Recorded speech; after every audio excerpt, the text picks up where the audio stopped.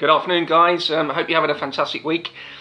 So today I've had my healthy meal replacement shakes. I've had my aloe vera, I've had my energy tea, and I've also had my doses of vitamin tablets as well as fibre tablets. Now, a lot of you guys are saying, Clive, why are you so passionate about all these products that you're promoting? Well, the reason is, firstly, I absolutely love the taste of the shakes, the various different flavours. I love the aloe vera and I love the energy teas. Why is this? Well, I just feel so much better. I feel so much healthier. My body probably, reaching 48 years in a couple of months' time, I probably haven't had as good a body appearance-wise as I've done for many, many years. But for me, it's more about the energy levels than anything else. It just makes me feel good. I feel well and I feel healthy. So a lot of people say, well, Clive, can't you just get all of this from eating food naturally? I said, well, of course, natural food is the best way ahead. But, there are certain things that I want to mention about natural food. And not many of us actually eat healthily, whole food, every single day.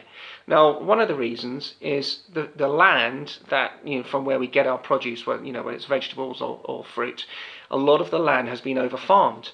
Okay, and what this means is that it's become depleted, the soil has become depleted in vitamins and minerals. We're not using, for example, manures as much now. We're using synthetic products, and we're not using as mineral-rich products as we used to.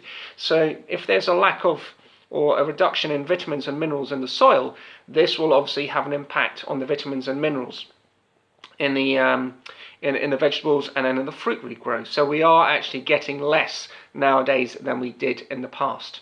Also, we're now growing hybrid crops. Now, hybrid crops are basically crops designed to produce a greater yield per acre of land, but at the same time we might be growing more crops per land, but again they will not have had, or they won't have as much minerals and vitamins in them as, say, the crops that were grown by your grandparents 50, 60 years ago. Transportation-wise, as you know, a lot of our food is transported from the Indian subcontinent, from Asia, from Africa, and from South America. That obviously takes time to reach the UK. So the produce has to be stored on board ships under certain conditions with ultraviolet lights and at a certain temperature. What this basically means is that, again, it's not going to be as mineral or vitamin rich as if it had just been picked straight from a tree or just dug straight from the ground, or whether you were like eating meat from a freshly slaughtered animal. Okay, so all of our food produce has less minerals and vitamins in it than it had years ago. What other factors are there? Well, we use pesticides, we use herbicides. These affect the microorganisms within the soil, which again has an impact on how much vitamins and minerals are in the fruit and vegetables. The processing, a lot of our food is processed. The processing itself, again, affects how much goodness is contained in the produce. So stuff like wheat, rice, and sugar. When you produce it from its original format and then process it into something that is used by factories or shops, it's nowhere near as good as it will have been when it was initially taken from the field. Also, people's cooking habits. People's cooking habits nowadays.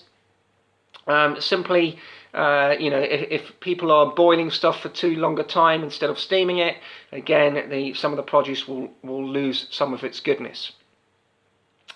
Finally, if you are suffering from a chronic illness or disease, then you tend to deplete some of your vitamins and minerals more quickly than others. So, for example, nothing to do with illness, but people do have white spots on their fingernails, and that is caused by being under stress. One of the factors is it can be caused by stress, and so there's a depletion of zinc, and that's what causes the white spots.